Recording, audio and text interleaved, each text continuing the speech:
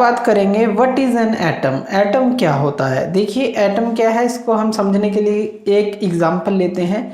आपने घर देखे होंगे बनते हुए, तो बड़ी बड़ी जो वाल्स होती हैं, बड़ी बड़ी वाल्स बनाई जाती हैं और इस तरह से घर बनाए जाते हैं। तो जो घर बनाए जाते हैं उनके लिए जो बेसिक जो चीज़ है वो क्या लगती है। सबसे जो आप ईंटें लगाते हैं तो ईंटों से जो है वाल बनती है, तो ईंटें आप लगाते हैं, ईंटों से वाल बनती जाती है।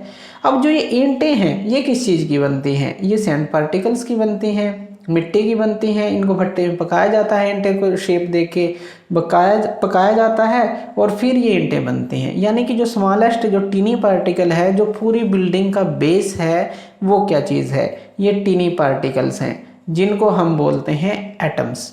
तो ये होता है एक जो होता है इसको एटम बोलते हैं। ये मिलकर जो बनाते हैं, आप इनको मिलकर कई चीज़ें बना सकते हैं इनको मिलाकर। अब देखिए जो एटम्स हैं इनका साइज़ कितना होता है ये हमारे दिमाग में आता है। तो एटम क्या होते हैं, काफ़ी छोटे होते हैं, जैसे कि हमने बात की काफ़ी छोटे पार्टिकल होते हैं ये इतने स्मॉल होते हैं। मान लीजिए आप मिलियंस ऑफ एटम भी ले लें, मिलियंस ऑफ एटम भी ले लें, मिलियंस ऑफ एटम यानी कि लाखों में एटम्स भी ले लें और उनको एक दूसरे के ऊपर इस तरह से रख दें, मिलियंस ऑफ एटम्स को भी, तो भी वो इतने मोटे नहीं हो पाते कि एक पेपर की शीट, जैसे कि ये पेपर की शीट है, इसकी मोटाई जितने भी वो नहीं हो पाते, इतने भी थिक नहीं हो पाते। तो देखिए कितने छोटे पार्टिकल होते हैं वो। अगर हम इनकी बात करें, जो एटॉमिक रेडियस होती है वो किस किस चीज़ में मापी जाती है। एक तो मापी जाती है वो 10⁻⁹ अगर आप बोलते हैं तो इसको हम बोलते हैं 1 नैनोमीटर। 1 नैनोमीटर इसको बोला जाता है 10⁻⁹ को। इसी तरह से जो 1 मीटर होता है वो होता है 10⁻⁹ नैनोमीटर।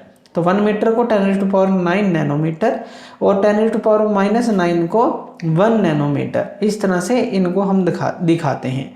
अब इसी तरह से और काफ़ी सारे हमारे पास एटम्स हैं। मान लीजिए हाइड्रोजन का एटम है, जो उसकी एटॉमिक रेडियस होती है मीटर के अंदर अगर हम बात करें 10⁻⁻⁻। देखिए 10 में भी -10 की इसकी जो रेडियस होगी।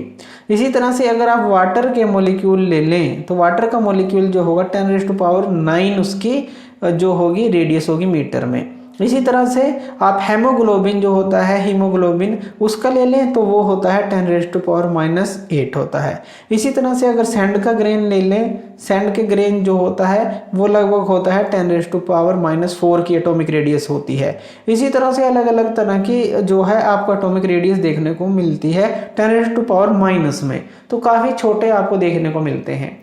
अब देखिए अगर ये इतने छोटे हैं तो इनको हमें ढूंढना ही क्यों है, इनके लिए हम जो है डिस्कवरी क्यों कर रहे हैं, इनको हम सर्च क्यों कर रहे हैं, इनके बारे में क्यों जान रहे हैं। क्योंकि देखिए जो एटम्स हैं हमारे चारों तरफ हैं, आप कहीं भी हैं ये एटम्स वहाँ पे मौजूद हैं। हर चीज़ जो है एटम्स की बनी हुई है, तो इनकी जो उपस्थिति है हर जगह पे है। तो इसलिए इनको जानना क्या है, बहुत ही ज़रूरी है कि जो एटम्स हैं किस तरह के हैं, किस तरह से बने, या इस तरह की जो सर्चेज हैं चल रही हैं। और आजकल तो इस तरह की एडवांस टेक्नोलॉजी आ चुकी है, टेक्निक्स आ चुकी है, आप किसी भी चीज़ को मैग्नीफाई करके उसके एटॉमिक लेवल तक देख सकते हैं कि जो उसकी शेप है कि कितने जो एटम्स हैं कहाँ कहाँ पे प्रेजेंट हैं, इस तरह से भी देख सकते हैं। तो आजकल जो है काफ़ी जो टेक्नोलॉजी ने क्या है इम्प्रूवमेंट कर ली है। तो ये होता है एटम, बहुत ही छोटा पार्टिकल जिसको आप बोलते हैं वो है एटम, और हर जगह है ये। तो थैंक यू वीडियो देखने के लिए। और ज़्यादा अपडेटेड वीडियोज़ के लिए आप हमारे चैनल ज्ञान लो पे हमें सब्सक्राइब कर सकते हैं। Thank you.